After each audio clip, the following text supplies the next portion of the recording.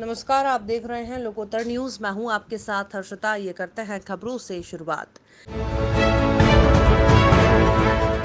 चैत्र नवरात्रि पर संस्कारधानी शक्ति की आराधना में लीन है। भक्तों द्वारा घरों और मंदिरों में पूजन अर्चन के साथ विभिन्न अनुष्ठान किए जा रहे हैं। सिविक सेंटर स्थित बगलामुखी सिद्धपीठ अखंड ज्योति कलशों की स्थापना की गई है, जहां प्रतिदिन विधि विधान से भगवती पीताम्बरा का पूजन अर्चन जारी है। मंदिर के पुजारी प्रकाश द्विवेदी ने बताया कि शास्त्रों के मुताबिक 10 महाविद्या में माता बगलामुखी पीताम्बरा को 8वीं महाविद्या माना जाता है, जिनके पूजन अर्चन से भक्तों के सभी रोग कष्ट दूर होते हैं। संस्कारधानी में करीब 20 वर्ष पूर्व बगलामुखी सिद्धपीठ की स्थापना की गई थी। तब से ये सिद्धपीठ श्रद्धालुओं की आस्था का केंद्र है, जहां हर साल नवरात्रि पर श्रद्धालु अपनी मनोकामना पूर्ति के लिए अखंड ज्योति कलश की स्थापना करवाते हैं। इसमें देश विदेश के सैकड़ों श्रद्धालु शामिल हैं।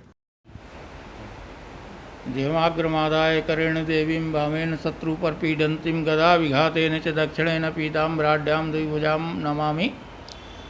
श्री बगलामुखी सिद्धपीठ में शंकराचार्य मठ सिविक सेंटर हमारे यहाँ अखंड ज्योति प्रज्वलित की गई है, जो 2 साल से, पिछले साल भी कम थी और अब भी कम है। 1108 रखी जाती थी, इस बार हमारे यहाँ लगभग 600 अखंड ज्योति हैं, जो मनोकामना अखंड ज्योति हैं। लोगों की मनोकामना पूर्ण होती है और विदेशों से भी लोगों ने यहाँ पर अखंड ज्योति जलवाई फोन के द्वारा, जिनकी मनोकामना पूर्ण होती हैं।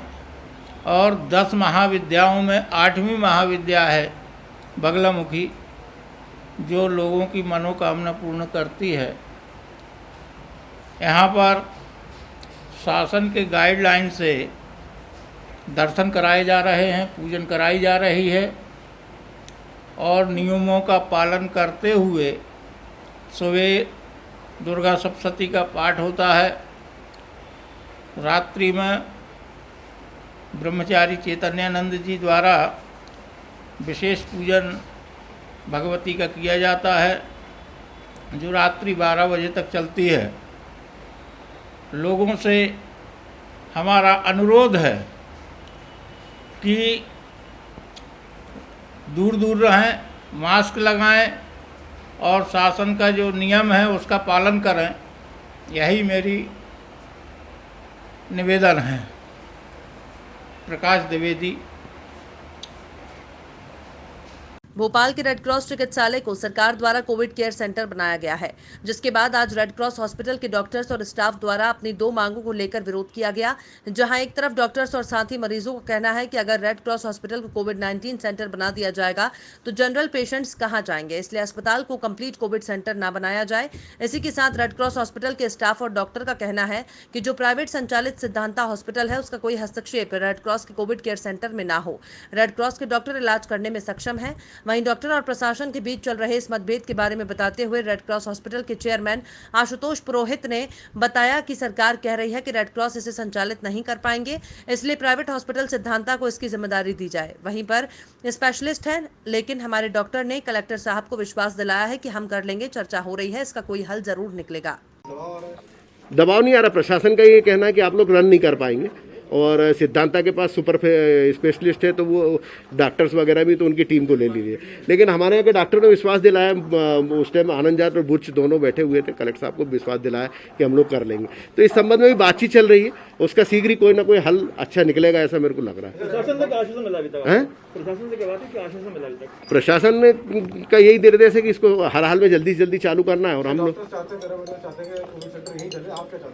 मैं भी यही चाहता हूँ। मैं तो डॉक्टर मेरे पूरे परिवार के साथ हूँ कि हम लोग जब हम लोग सक्षम है, डॉक्टर लोग विश्वास, ये काम डॉक्टरों को करना है, स्टाफ को करना है। अगर वो लोग तैयार हैं, हम लोग करेंगे। तो हम लोग इसके लिए पत्र भी भेजा है, हमने परमिशन भी मांगी है। डॉक्टर हमारी टीम पूरी तैयार। मैंने आनंद जाट को कोविड का प्रभारी बनाया, वो पूरी व्यवस्था देखेंगे।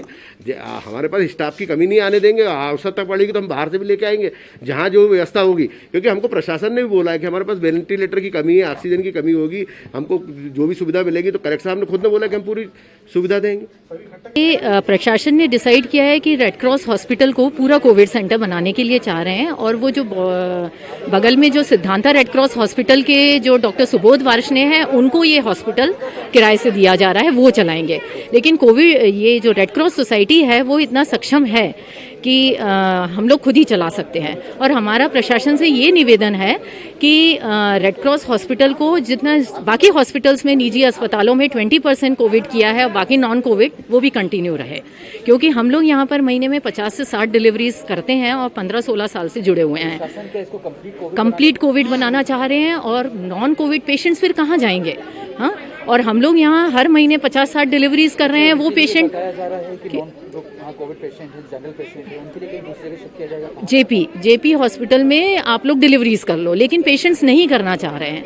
मतलब वो लोग यहीं पर जुड़े हैं, यहाँ इसके नाम से, रेड क्रॉस हॉस्पिटल के नाम से यहाँ पर पेशेंट आते हैं, तो हम लोग यहीं पर कंटिन्यू करना चाहते हैं। तो हमारा ये कहना है कि ठीक है, कोविड 20% चलता रहे और बाकी नॉन कोविड भी कंटिन्यू रहे, मतलब हमारी डिलीवरीज वगैरह ये सब जुड़ा रहे। कॉम्प्रोमाइज कर लेना चाह रहे हैं कि ठीक है, कोविड सेंटर अगर बनाना चाह रहे हैं, हाँ, बाकी जनरल पेशेंट के लिए एग्जैक्टली, हाँ, ओपीडी चलती रहे, हमारी डिलीवरीज वगैरह कंटिन्यू रहे, ये चीज़ है।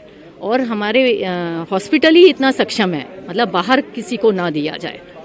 अच्छा, इस बात की कि आपको जानकारी थी जब सरकार वगैरह यहाँ पे बनाना चाह रही थी? नहीं, हम लोगों को कोई जानकारी नहीं थी, हमारे स्टाफ को कोई जानकारी नहीं थी। पर्यटन नगरी खजुराहो के होटल झनकार में आज जिला क्राइसिस मैनेजमेंट मीटिंग के दौरान खजुराहो लोकसभा क्षेत्र से सांसद विष्णु दत्त शर्मा ने अधिकारियों के साथ एक बैठक कर स्वास्थ्य सुविधाओं की समीक्षा करते हुए निर्देशित भी किया कि किसी भी तरह की कोई कमी न हो, खासतौर से कोविड-19 को लेकर जो भी आवश्यकता है उन्हें पूरा किया जाए। आज की इस मीटिंग में block medical officer Pankaj Rastogi को सांसद खजुराहो के द्वारा मिल रही विभिन्न कमियों के संदर्भ में कड़े शब्दों में निर्देशित किया कि कोई भी लापरवाही बर्दाश्त नहीं की जाएगी। साथ ही आपने खजुराहो अस्पताल के लिए एक एम्बुलेंस देने की भी सांसद निधि से बात की। साथ ही एनटीपीसी के द्वारा प्रदत्त एम्बुलेंस और खजुराहो में अन्य स्वास्थ्य सुविधाओं को पूरा करने के लिए भी उपस्थित अधिकारियों को निर्देशित किया। इस दौरान आयुष्मान कार्ड भी 10 लोगों को वितरित किए गए। साथ ही खजुराहो राजनगर में आगामी दिनों में होने वाले विभिन्न विकास कार्यों की भी घोषणा करते हुए कहा कि ये भी कार्य शीघ्र अतिशीघ्र पूर्ण होंगे। हमारी इसी बात की चिंता है, खजुराहो वर्ल्ड हेरिटेज है, भारत के 17 आइकॉनिक सिटी में से एक बनने जा रहा है। इसलिए मैं विशेष तौर पर आज कोरोना का जो संकट है और पॉजिटिविटी रेट खजुराहो की छतरपुर जिले में ज़्यादा है, तो इसको लेकर के प्रशासन भी चिंतित है और प्रशासन भी अपना काम, हमारे कलेक्टर महोदय से लेकर के एसपी और बाकी सभी अधिकारी इस काम में लगे हैं। आज इसकी चर्चा हमने यहाँ पर की है। जो लेपनाज हैं, जो चीज़ों को ठीक करना है, और मेडिकल की फैसिलिटी, चाहे वो टेस्टिंग फैसिलिटी हो कोविड को लेकर, या अन्य जो मेडिकल की सुविधाएं हैं, या किसी मरीज को दिक्कत होती है तो यहाँ से उनको गंतव्य तक पहुँचाना जहाँ उसको ठीक स्वास्थ्य की सुविधा मिल सकती है। इसलिए मैंने आज एक बात को डिक्लेयर भी किया है कि मैं अपनी सांसद निधि से यहाँ पर एक जो दतिया में कलेक्टर संजय कुमार द्वारा जिला स्तरीय क्राइसिस मैनेजमेंट कमेटी के सुझाव पर कोरोना संक्रमण की चेन को तोड़ने के लिए दतिया में 16 अप्रैल शाम 6 बजे से 26 अप्रैल सुबह 6 बजे तक कोरोना कर्फ्यू लगाया है। इस दौरान हाथीखाना स्थित सब्जी मंडी में भीड़ की स्थिति को टालने के लिए फुटकर सब्जी मंडी लाला के तालाब पर शिफ्ट करने का निर्णय प्रशासन ने लिया है। प्रशासन के निर्णय के विरुद्ध सब्जी विक्रेता लामबंद हो गए और शुक्रवार को सब्जी मंडी में हड़ताल कर दी गई। सब्जियां नहीं मिलने से लोगों को परेशानी हुई। दोपहर बाद एसडीएम दतिया अशोक सिंह चौहान, एसडीओपी दतिया सुमित अग्रवाल ने सब्जी मंडी पहुंचकर सब्जी व्यापारी रफीक खान राइन, महेश संधी, गीताराम आदि से चर्चा कर समझाइश दी। तब सब्जी विक्रेता माने और सब्जी मंडी लाला के तालाब पर लगाने पर सहमत हुए। कोरोना महामारी में जहां पूरा देश जूझ रहा है, सरकार शासन भी जहां इस महामारी में लाचार नजर आ रहा है, ऐसे दुख की घड़ी में लोगों में साहस और विश्वास की अलग जगाने क्षेत्र के विधायक सुखदेव पांसे ने आम जनता के बीच कोरोना महामारी को लेकर मोर्चा संभाला और मुल्ताई सहित ग्राम कामत दौरा किया, जहां कोरोना को लेकर जनता को बचाव के सुझाव और उपाय बताए और कोरोना बीमारी के होने वाले सभी लक्षणों से अवगत कराया। और वहीं ग्रामीणों को बीमारी से सुरक्षा उपाय के लिए मास्क घर घर जाकर वितरण किए। सुखदेव पांसे ने कहा कि सरकार का तंज पूरी तरह से लाचार हो गया है। क्षेत्र और प्रदेश में सेवा बद से बदतर हो गई है। क्षेत्र और प्रदेश में हाहाकार मचा है। क्षेत्र में ऑक्सीजन सिलेंडर, इंजेक्शन, दवाइयों का अभाव है। दवाइयां नहीं मिल रही हैं। मरीज दर दर भटक रहे हैं। भगवान भरोसे जनता को छोड़ दिया है, लेकिन मैं अपनी जनता के लिए प्रतिबद्ध हूं। मैं जनता के दुख को अपना दुख मानता हूं। एक और जहां दमोह जिला कोरोना का हॉट स्पॉट बनता जा रहा है। 15 अप्रैल को पहली बार 128 कोरोना संक्रमित मिले हैं। अभी तक आंकड़ा 100 से कम रहा, यानी उपचुनाव प्रचार थमने के बाद कोरोना की रफ्तार बढ़ना शुरू हुई है। वहीं उपचुनाव की राजनीतिक सरगर्मियां भी तेज हो चली हैं। मतदान के ठीक एक दिन पहले नगर की पॉश कॉलोनी श्यामनगर में एक जीप में करोड़ों रुपए होने की जानकारी जब कांग्रेसियों को लगी तो कांग्रेस प्रत्याशी सहित अनेक कांग्रेस कार्यकर्ता वहां पहुंच गए और उन्होंने जीप को घेर लिया। इसी बीच घटना की जानकारी मिलते ही भारी पुलिस बल मौके पर पहुंच गया और जीप को अपने घेरे में ले लिया। वहीं कांग्रेसी जमकर नारेबाजी करने लगे और जीप को खोलने की मांग करने लगे। कांग्रेस के प्रदर्शन को देखकर पुलिस ने रौद्र रूप दिखाया और कई कांग्रेसियों को जबरन पकड़कर पुलिस वाहन में भरकर कोतवाली ले गई। वहीं कांग्रेस प्रत्याशी अजय टंडन ने मांग की है कि इस गाड़ी को खोला जाए। जिस गाड़ी में करोड़ों रुपए होने की बात कही जा रही थी उस पर मध्य प्रदेश शासन लिखा हुआ था, लेकिन पुलिस की जबरदस्त तैनाती के चलते कोई भी कांग्रेसी जीप तक नहीं पहुंच सका। वहीं पुलिस ने सभी को खदेड़कर श्यामनगर के बाहर कर दिया। बाहर कांग्रेसियों का प्रदर्शन चलता रहा। इसी बीच अज्ञात चालक इस जीप को लेकर वहां से फरार हो गया।